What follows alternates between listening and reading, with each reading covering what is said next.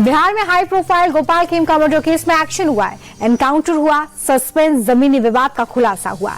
सियासत भी खूब गरमाई है। विपक्ष ने प्रदेश की कानून व्यवस्था को चुनाव से पहले मुद्दा बना दिया है। सीएम नीतीश को अचेत अवस्था में बता दिया है और अब इसी पर काउंटर अटैक करते हुए डिप्टी सीएम सम्राट चौधरी ने विपक्ष को जवाब दिया है। सम्राट चौधरी कह रहे हैं कि सीएम नीतीश ने पुलिस को खुली छूट दे दी है, किसी भी अपराधी को बख्शा नहीं जाएगा। एकदम अपराधी कोई नहीं बचेंगे।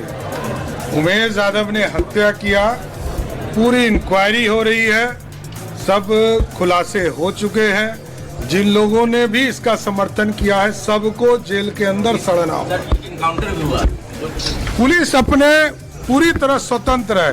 कोई यदि पुलिस को जवाब दे रहा है तो जवाब देने के लिए पुलिस पूरी तरह छूट है उनको।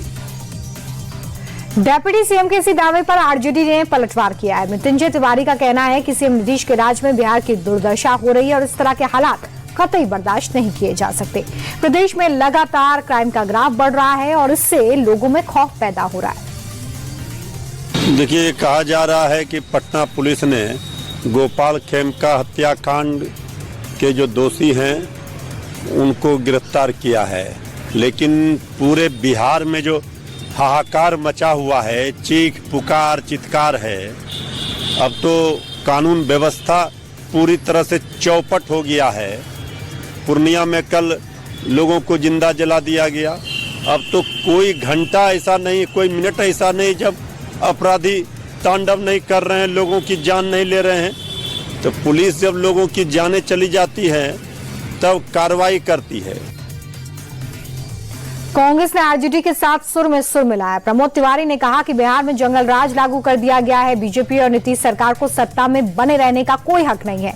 इन दोनों ने मिलकर बिहार में लोगों का जीना बेहाल कर रखा है और ऐसे में एनडीए सरकार को बर्खास्त कर देना चाहिए। तक सवाल है, 24 घंटे में 9 हत्याएं, जिनमें 5 तो जला के मार दिए गए हैं। अरे बिहार भारत के अंदर है या नहीं है? यहाँ भारत का कानून चलेगा या नहीं चलेगा?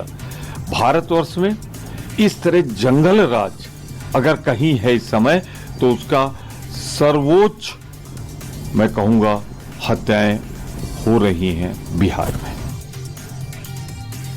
विपक्ष ने आरोप लगाया तो बीजेपी ने मोर्चा संभाला। गिरिराज सिंह ने लालू का दौर याद करवाया। गिरिराज सिंह कह रहे हैं कि तेजस्वी यादव सिर्फ नीतीश कुमार को बदनाम करने की कोशिश कर रहे हैं, लेकिन वो ये भूल जाते हैं कि नीतीश कुमार की सरकार में अपराधियों के खिलाफ कड़ी कार्रवाई होती थी।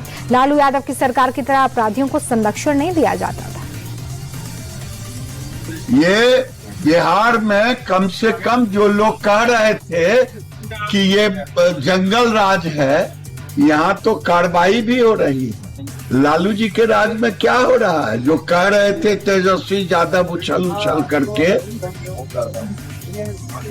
सीएम हाउस में बैठ करके अपराधियों की पंचायती होती थी, यही तो हो रहा था। इन सब के बीच नीतीश कैबिनेट ने इलेक्शन से पहले युवाओं को साधने के लिए आज एक बड़ा फैसला किया। युवाओं के लिए युवा आयोग को हरी झंडी दिखा दी गई है। दावा यह है कि बड़े पैमाने पर युवाओं को नौकरी दी जाएगी, लेकिन प्रशांत किशोर कह रहे हैं कि युवाओं को आयोग की नहीं रोजगार की जरूरत है। आयोग बनाना तो सिर्फ भ्रष्टाचार करने का एक नया तरीका है। आप बिहार के युवाओं से पूछिए कि वो आयोग चाहता है कि रोजगार चाहता है। बिहार का युवा अब ठगा जाने वाला नहीं है, वो आयोग और घोषणा नहीं चाहता है। नीतीश कुमार ने 2015 में ये वादा किया था कि 18 साल से 35 साल के तक जितने युवा हैं, जब तक उनको नौकरी नहीं मिलेगी, रोजगार नहीं मिलेगा, तब तक उनको 1000 रुपए का हर महीने बेरोजगारी भत्ता मिलेगा। कोई भी युवा से पूछ लीजिए, आज तक 1 रुपया नहीं मिला है। तो युवा आयोग बनाने से कुछ नहीं होगा। आयोग बनाकर नीतीश कुमार के जो 4 चाटुकार मंत्री और अफसर हैं वो अपने परिवार वालों को वहाँ नौकरी दिलवाएंगे। बिहार का युवा जो बेरोजगार था वो बेरोजगार ही रहेगा। 2015 में महिलाओं को 30% सरकारी नौकरियों में आरक्षण पहले से है। ये नीतीश कुमार पहले ही का घोषणा फिर से दोबारा घोषणा करके बेवकूफ बना रहा है।